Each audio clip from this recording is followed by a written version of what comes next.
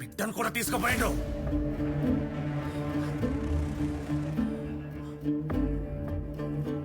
మల్లయ్య,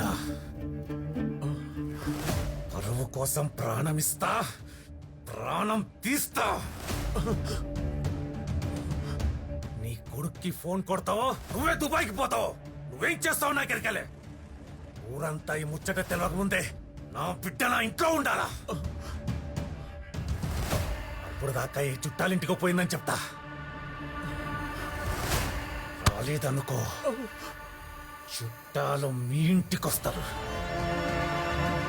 మీ సావుకి.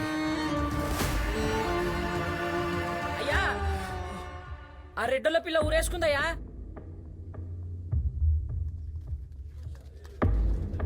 పుత్తు పుణ్యానికి ఆ పిల్ల ప్రాణాలు బాయ. ప్రేమించడానికి ఇచ్చి పెళ్లి చేస్తే కళ్ళ ముందు ఉండేది.